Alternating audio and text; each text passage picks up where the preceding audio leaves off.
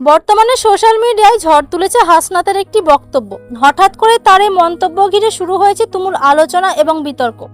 বিস্তারিত জানার আগে আপনি যদি আমাদের চ্যানেলে নতুন হয়ে থাকেন তাহলে অবশ্যই সাবস্ক্রাইব করে আমাদের পাশে থাকবেন।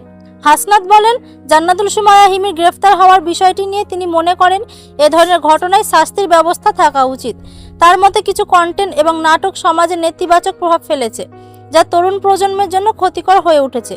তিনি আরও দাবি করেন এই ধরনের কাজের সাথে তারা জড়িত তাদের বিরুদ্ধে যথাযথ আইনি ব্যবস্থা নেওয়া জরুরি এবং ভবিষ্যতে যেন কেউ এমন বিতর্কিত কাজ না করে সেজন্য কঠোর নজরদারির কথা উল্লেখ করেন তিনি। এই বক্তব্য প্রকাশের পর থেকেই সোশ্যাল মিডিয়ায় শুরু হয়েছে মিশ্র প্রতিক্রিয়া।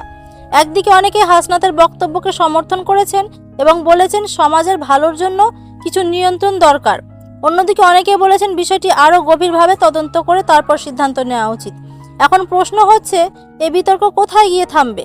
হাসনাতের এই মন্তব্য কি সত্যি বড় কোনো পরিবর্তনের ইঙ্গিত দিচ্ছে, নাকি এটি শুধুই একটি ভাইরাল ইস্যু হয়ে থাকবে? আপনার মতামত কি কমেন্টে জানাতে ভুলবেন না। ধন্যবাদ।